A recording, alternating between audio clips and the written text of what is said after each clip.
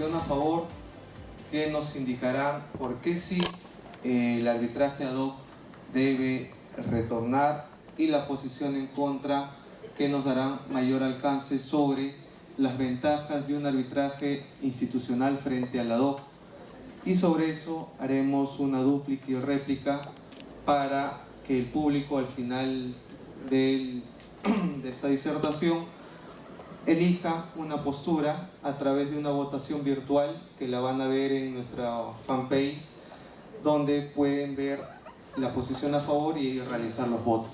Bien, sin más preámbulos, me toca presentar al doctor Carlos Matthews. El doctor Carlos Matthews es abogado y doctor en Derecho por la Universidad del País Vasco, profesor ordinario en la Facultad de Derecho de la Pontificia Universidad Católica del Perú, docente de Derecho de Arbitraje en la Facultad de Derecho de la Universidad Nacional Mayor de San Marcos, autor de diversos libros de arbitraje, árbitro adscrito a diferentes cámaras de comercio. Lo recibimos con un caluroso voto de aplauso. Muchas gracias. He sintetizado inter alia los diferentes temas que habría que observar en la postura, como la menciona Jorge, que me ha tocado hacer de valedor. En realidad no hay ninguna postura. Aquí el tema es que el arbitraje todo, como la elección de irse por un ad hoc o un institucional, como puede ser voluntario o internacional o doméstico, o un arbitraje de derecho de conciencia, se basa en la autonomía de voluntad. O sea, primera cosa, el fundamento de todo arbitraje es la autonomía de voluntad.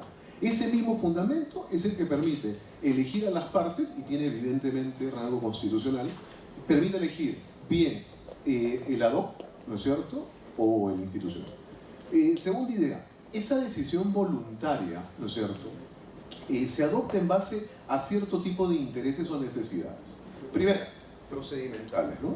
A ver, me voy para un reglamento o reglamentos ya predefinidos, ¿no?, procesales, o me voy a un procedimiento a la medida de mis necesidades. Me refiero a las partes. Primer caso, evidentemente institucional. Segundo caso, se abocarían a un arbitrajado.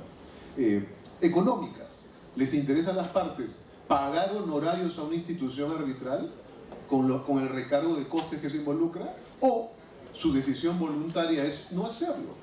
Y la gestión y administración evidentemente no les costará en un arbitrajado, porque ellas y el tribunal arbitral se encargarán de toda la mecánica. Profesionales también, ¿no? Restringirse a un registro de árbitros, arbitraje institucional, y eventuales otro tipo de alteridades, como el tema de confirmación de árbitros, ¿les interesará? Bueno, otra vez, es un tema de su voluntad. O dos, no les interesa eso. Quieren una amplia capacidad de designar a árbitros, etc. Institucional, ad hoc. Luego, habría que precisar esto, ¿no? Esta modificación, en su génesis, viene dada básicamente por el tema de convertir la corrupción, ¿no? Entonces se dice, se busca la transparencia, se busca la seguridad, se busca la predictibilidad, y bla, bla, bla, bla, bla, bla. ¿Qué más? Ahora, en realidad, se usa un apotegma que es falso. El arbitraje institucional no es mejor que el ad hoc, ni viceversa. Ni el arbitraje institucional es mejor que el ad hoc, ni el ad hoc es mejor que el institucional. Ambos, como les decía, son simple y llanamente modalidades que se eligen según las necesidades y los requerimientos de las partes, sobre la base de una decisión voluntaria. Entonces, pueden rezar todas las virtudes del institucional, como también pueden hacerlo con el ad hoc. No, uno no es mejor que el otro. Es solamente un tema de decisión y de intereses, como les citaba, económicos, profesionales, etcétera, procedimentales. Por ejemplo, si queremos hablar de ventajas del ad hoc, flexibilidad procedimental. Las partes tienen un gran manejo del diseño y control del procedimiento, de las actuaciones arbitrales, desde su origen, ¿no? Adecuación a cualquier controversia. El arbitraje ad hoc se puede adecuar a cualquier tipo de especialidad sustantiva, a montos pequeños o grandes, ¿no? Menor costo, que ya lo vimos, ¿no? Mínima burocracia, ¿no? Una institución arbitral tiene toda una burocracia, ¿no es cierto?, que nace de su propia organización, y que en el mundo ad hoc es mucho menor, ¿no? postergar una audiencia, basta llamar al secretario o secretaria y ya está, ¿no? Rapidez. El arbitraje ad hoc es, por varias de las razones indicadas, es mucho más rápido.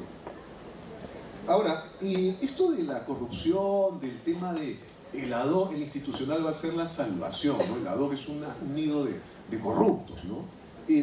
Primero, eso no tiene ningún sentido, ¿no? Y sublimar al arbitraje institucional como si fuera el bálsamo de Fierabras, ¿no? Es absurdo. O sea, al final el tema de la corrupción radica en personas.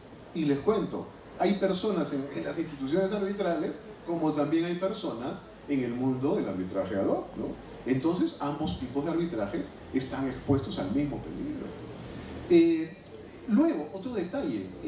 A mi criterio, el arbitraje administrativo, ¿no? Debe ser por lo menos un 70% de la práctica global, nacional. Con lo cual, ¿no es cierto?, con la normativa actual, te estás volando de facto el arbitraje ad hoc, ¿no? Y yo creo que acá esa búsqueda de integridad se confunde más bien con el autoritarismo. Les cuento que a nivel comparado, ¿saben cuál es el único país del mundo donde solo existe arbitraje institucional? China Popular. Es el único. Luego, para cerrar, hay problemas operativos múltiples. En realidad, tan solo algunas cosillas, unos cuantos temitas. Primero, como saben, todavía no existe pues una lista, ¿no?, acabada, definitiva, de instituciones arbitrales acreditadas, ¿no? A mi conocimiento no la hay. Cuando la haya, ¿qué va a suceder? Posibilidades dos, ¿no? La lista va a ser pequeña, ¿no? O sea, va a ser una suerte de oligopolio, ¿no? O dos, podría ser, no lo sé, sea una lista inmensa, ¿no? Un polipolio, ¿no? Ahora, en ambos casos, nuevamente, esta búsqueda de evitar la corrupción, de limpieza, etc., no tiene sentido. O sea, aquí solamente se trata de gestión y administración, basada en personas. Pero si quieren mirarlo, si es un polipolio, la transparencia y seguridad que se busca, o sea, si hay una cantidad inmensa de instituciones arbitrales regadas por todo el país, esa búsqueda de seguridad, de no corrupción, se difumina. Y ahora, por contra, si es un oligopolio, la cantidad de arbitraje va a ser inmanejable. La práctica de estos procedimientos por dichas instituciones. Y esa cantidad de arbitrajes, les digo, para los que practican arbitraje, que sospecho son la mayoría que está sentada aquí, está generando una lentitud ya cuasi judicial. Entiendas instituciones arbitrales privadas y también públicas, ¿no? Una lentitud tremenda. Segundo, una baja calidad del servicio que se oferta, tanto a las partes como a los árbitros. Para no meter mi cuchara en otro tema, desde el mundo de los árbitros, por ejemplo, hay una lentitud, una impericia de la comunicación y notificación de escritos a los árbitros, cuando no, porque es institucional, pues ellos ponen las reglas. Y esas reglas no solamente son técnicas, muchas se basan en mercado. Una institución arbitral, recuerdo, es una persona jurídica, la privada, que se dedica a gestionar y administrar arbitrajes, porque ese es su negocio. Y entonces, por ejemplo, te puede dar una regla como que todo está escaneado y que los árbitros van a tener que cargarse los costes de impresión de todos los actuados, que te van a mandar eso por correo electrónico. Eso consume tiempo, consume gastos, etc. Bueno, claro, pero es que es la opción de la institución arbitral. Segundo, proyectos de resoluciones. No sé si les ha tocado, pero instituciones arbitrales diversas, privadas y públicas, los lapsos son amplísimos en que te manda una resolución de las pequeñas, las interlocutorias, las que les toca al secretario arbitral, ¿no? Entonces, entre múltiples razones, como les digo, más que una discusión es algo muy simple. El arbitraje nace de la autonomía de voluntad. Esa es su esencia. La opción por arbitraje ad hoc institucional es una cosa connatural al arbitraje. Es un tema de voluntad de las partes, que se les ha quitado. Esa es la única discusión que hay acá. Puedes decirme que el arbitraje institucional es mejor que el ad hoc. Mentira, no lo es. Ni viceversa tampoco. Es solo un tema de autonomía de voluntad. Y lo demás es un asunto de intereses y de ventajas que cada uno quiera, las partes, entiéndase, para su arbitraje. Gracias. Interesante la posición marcada sobre, a favor sobre el arbitraje ad hoc. Vamos a concederle el uso de la palabra al doctor Cuentas, quien es abogado por la Universidad UPC, ex secretario de la Cámara de Comercio de Lima y con amplia experiencia en temas de arbitraje, quien nos va a dar la posición en contra y por qué debemos apostar por el arbitraje institucional. Doctor. Muchas gracias, buenas noches. Gracias por la invitación también. Yo pienso que antes de entrar al punto más candente de esta discusión, del debate que nos convoca hoy, sería bueno hablar de los puntos en los que coincidimos. Y ciertamente, la primera gran coincidencia es que el arbitraje nace de la autonomía y la voluntad de las partes. Y como consecuencia de ello, la determinación de qué es mejor, si un arbitraje ad hoc o un arbitraje institucional, radica únicamente en lo que las partes consideren que es mejor según sus necesidades. En eso no hay mayor discusión. En realidad, las partes diseñan el arbitraje de la forma que les parece más conveniente a sus intereses. Ese es un primer punto de coincidencia. El segundo punto de coincidencia que yo encuentro, ya entrando en la materia de contrataciones con el Estado, es que ciertamente el cambio normativo responde, aunque la exposición de motivos no lo diga expresamente, responde a un afán de lucha contra la corrupción. En la exposición de motivos ciertamente lo que se dice es que se está optando por incorporar el arbitraje institucional, dejando de lado el arbitraje ad hoc para materia de contrataciones con el Estado, o en todo caso restringiendo el arbitraje ad hoc a ciertos supuestos, para cautelar las buenas prácticas en el arbitraje. Y sobre ese punto, en realidad, una discusión que escapa un poco al tema que nos convoca ahora, pero que me parece importante mencionar, es si es que es efectivo o no el cambio normativo respecto al arbitraje institucional como mecanismo para luchar contra la corrupción. Particularmente, pienso que es un esquema aún por implementar y absolutamente perfectible. Sin embargo, y ya para entrar en la defensa de la posición que me toca, sí considero que el arbitraje institucional presenta algunas características que pueden permitir un mayor control sobre estas situaciones que precisamente se han escapado de control. ¿Y a qué me refiero? Una gran ventaja del arbitraje institucional, aunque se diga que es más costoso que el arbitraje ad hoc, ciertamente es que permite ahorrar costos, pero desde un enfoque económico o de análisis económico me refiero a costos de transacción. Cierto es que en un arbitraje ad hoc las partes pueden ponerse de acuerdo absolutamente de todo. Y la verdad es que el arbitraje institucional también.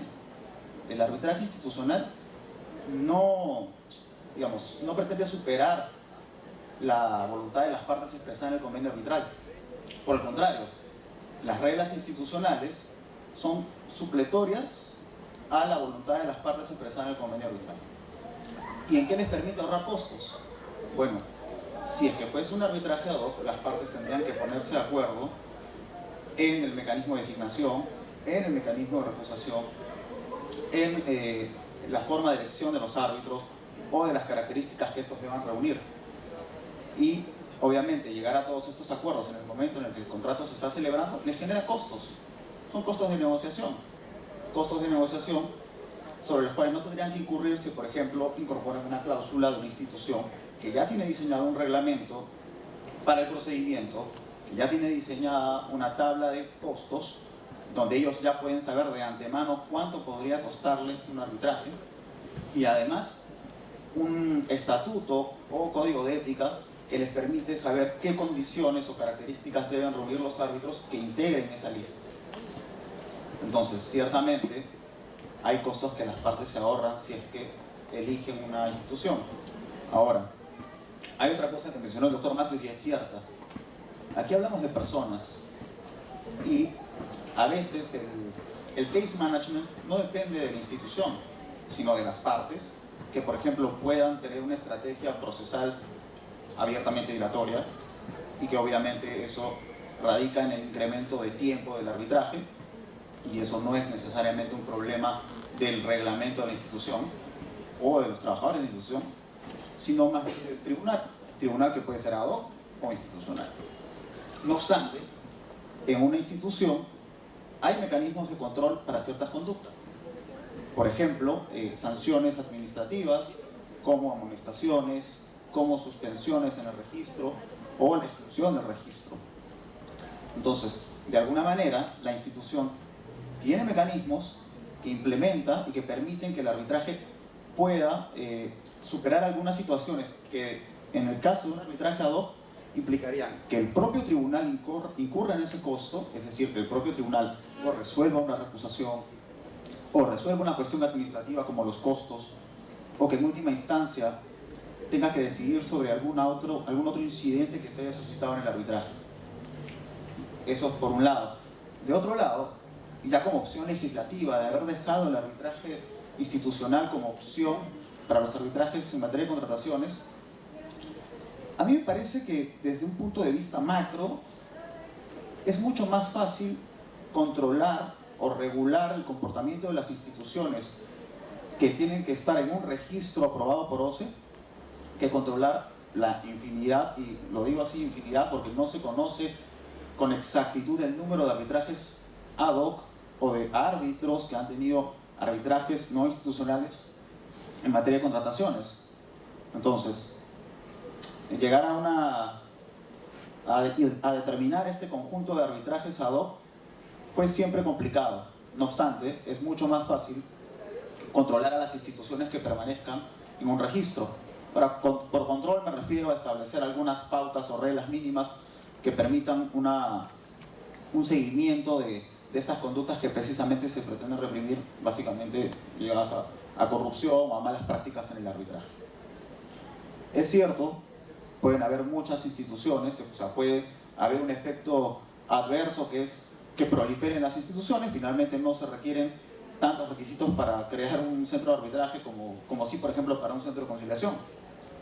Sin embargo, en eso yo creo que el mercado también puede favorecer, porque las reglas del mercado van a permitir que las instituciones serias, en donde las partes se sientan mucho más seguras de los reglamentos o de la conducta o del desempeño de la institución, pues que permanezcan estas instituciones en el mercado, y las otras que se crearon únicamente con el fin de burlar la norma vayan saliendo y siendo inspectoradas, ¿no? Y eso sin perjuicio de la facultad de ser retiradas de este registro en caso se compruebe alguna circunstancia que no corresponda a derecho.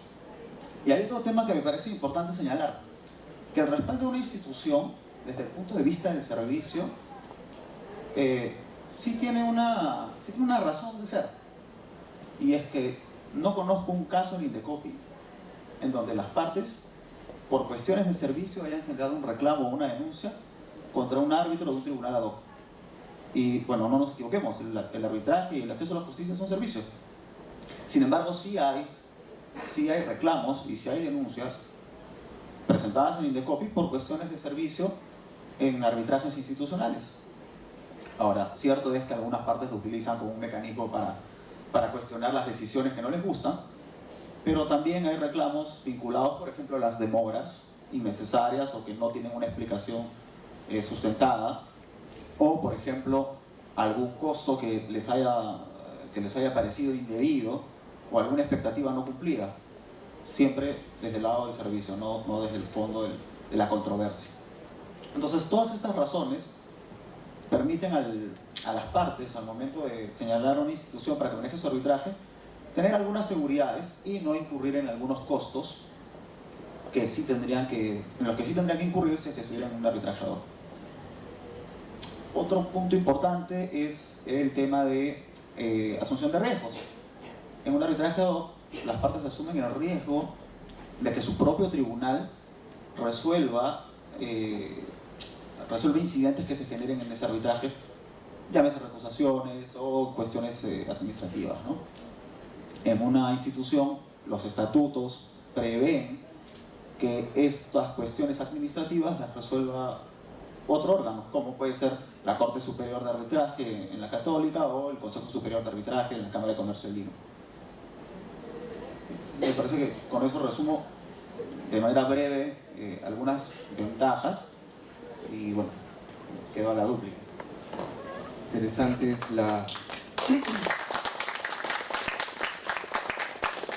interesantes las reflexiones del doctor Daniel. Antes de pasar a la dúplica y la réplica, me gustaría hacerte una pregunta, Daniel, sobre los temas a propósito de los destapes de corrupción que hemos visto en las noticias, sobre los temas de Odebrecht. ¿Estos arbitrajes fueron administrados en una institución arbitral, en un arbitraje institucional, o fueron arbitrajes ad hoc, los casos que han sido destapados en los medios de comunicación? Bueno, me parece que los casos más mediáticos ciertamente tienen una o pertenecen a arbitrajes institucionales, ¿ok? No estoy al tanto de la cantidad o el índice de arbitrajes ad hoc en los que también se ha suscitado esto, pero también es importante recordar que estas circunstancias no son nuevas, y bueno, algunos que practiquen en arbitraje o que estén relacionados con el mundo arbitral recordarán al señor Orellana. Bueno, la mayoría de sus arbitrajes eran ad hoc. ¿Y por qué ocurre esto? Porque ciertamente faltaban mecanismos de control, ¿no? Hoy, por ejemplo, las instituciones arbitrales más importantes tienen un mecanismo de confirmación de árbitros. Escuché hace un rato en la exposición del doctor Matthews que había la obligación de pertenecer a una lista de árbitros. Y sobre ese punto habría que precisar que realmente los reglamentos arbitrales de las instituciones más reconocidas permiten que las partes designen árbitros que no integren sus registros. Sin embargo, en algunos casos, como AmCham o la Cámara de Comercio de Lima, hay un mecanismo de confirmación de estos árbitros, en donde la institución tiene la potestad de confirmar a este árbitro o no confirmarlo si es que acaso encontrase alguna circunstancia que lo descalifica, ¿no? O sea, y esto como un mecanismo adicional a la facultad que tienen las partes de recusar a los árbitros en caso consideren que no son imparciales o que no son independientes. Gracias, doctor Daniel. Bien, le damos el derecho a la dúplica al doctor Carlos Matthews, tal vez sobre la importancia de esta reflexión. Sí, unas precisiones en base a lo que se venía indicando.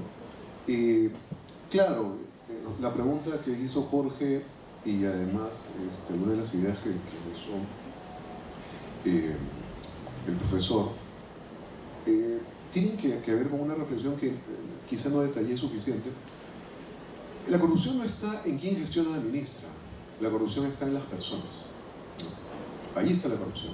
Entonces la solución integral va de la mano, no de que solo todo sea institucional o viceversa, que todo sea ad hoc. No.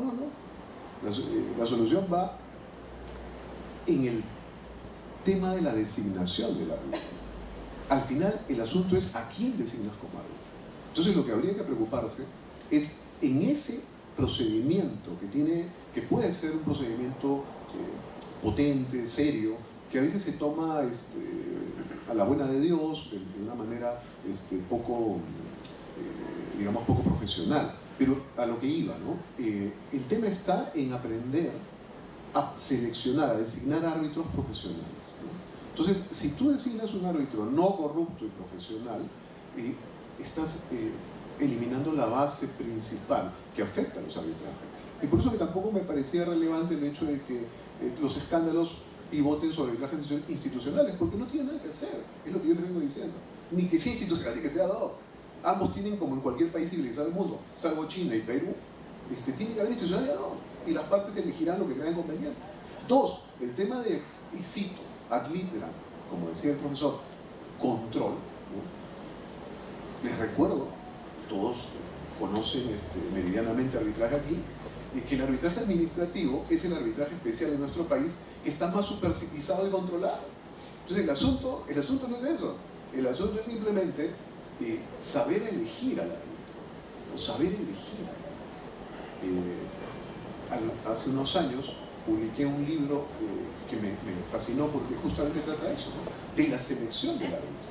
Y no solamente es lo que yo diga o publica algún otro catedrático o árbitro profesional, es el tema de que allí está la esencia de eliminar la corrupción, está en las personas, no está en la gestión de la administración. Doctor Martins, Sí. a propósito sobre lo que comentaba el doctor Daniel, sobre los casos Orellana, ¿no? Fueron la mayoría, como bien dice, ad hoc, pero en esos arbitrajes ad hoc no participó el Estado. Hay algunas cosas que se dicen que el OCE de alguna manera no tiene un control sobre la regulación de los arbitrajes ad hoc como se venían manejando. ¿Cuáles son sus reflexiones en la labor que hacía el OCE en el marco de los arbitrajes ad hoc, cuando al momento de instalar un arbitraje, las actas de instalación ya tenían reglas claras o no las tenían, había discrecionalidad, había directivas, o esto era una ley de la selva en cuanto a la ley de contratación con el Estado? No, como bien indicas, efectivamente, y todavía algunos casos que se están pateando hasta ahorita, ¿no? Y que seguirán seguro, ya no tantos, ¿no? Arbitrajes ad hoc. El OCE pues tenía ciertas reglas, como las que mencionas, los actas formato, ¿no? El requerimiento de instalar ante ellos, etcétera, que era una supervisión del arbitraje ad hoc. Entonces, sí, no es que lo defienda, pero tampoco me parecería descabellado. Sí, la Virgen mediante, si volviéramos al esquema global, racional, de práctica común en cualquier país civilizado de este pequeño planeta, el OCE podría de repente emitir algunas otras reglas adicionales para, como bien indicabas, supervisar mejor y más el arbitraje ad hoc. Y la verdad es que a mí me dejaría sin bajo, ¿no? Como la abuela. Entonces, yo no tengo nada en contra digamos, de lo que el OCE ha venido haciendo, ¿no? En relación al arbitraje ad hoc. Y si se volviera, ¿no? A través de una propuesta de ley diferente, nuevamente, al esquema anterior, pues podría generarse directivas adicionales, ¿no? Que puedan coadyuvar a lo que planteabas, y no pasa absolutamente nada. Y para cerrar la idea, ya que empezaste con Orellana, bueno, en realidad, en general, no solo arbitraje administrativo, el arbitraje en general, yo suelo decir esto en las cátedras universitarias de pregrado, posgrado, esto es una especie de mantra con el que empiezo a veces a explicar arbitraje. El arbitraje es como una espada, una katana, pero de doble filo.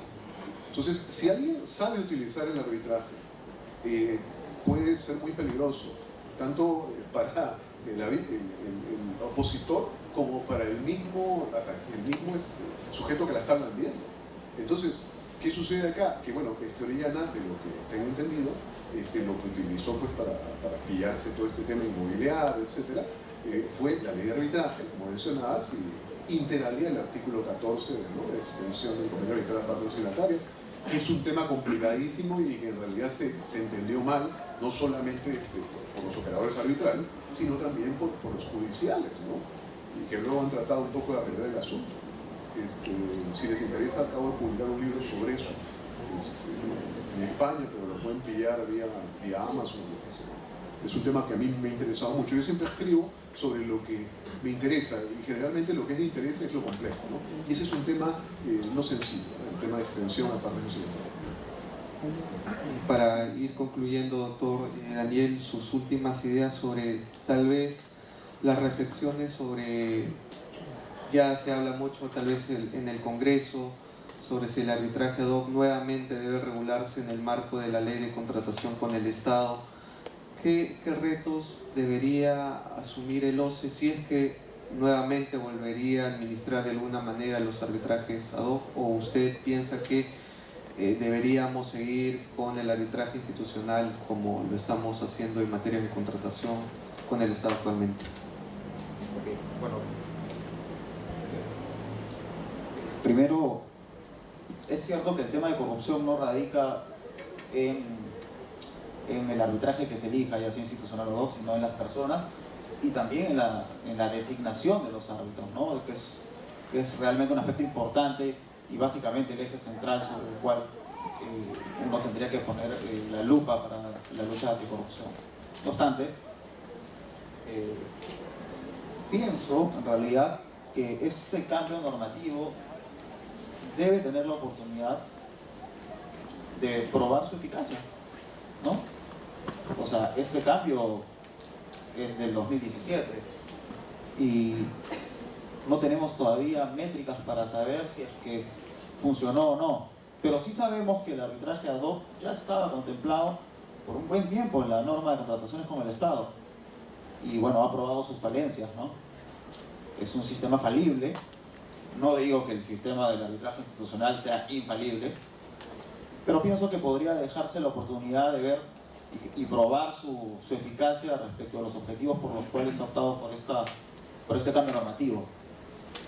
Así que, bueno, para defender un poco la posición que me toca hoy, yo diría que aún estamos en la etapa de prueba de este cambio. Me parece que era más saludable arriesgar por un arbitraje institucional que arriesgar por el arbitraje ad hoc, por ejemplo, que ya estuvo, ¿no? Entonces, en ese sentido, yo pienso que aún podemos ver o dar la oportunidad a este cambio de que pruebe la eficacia para la cual fue pensada.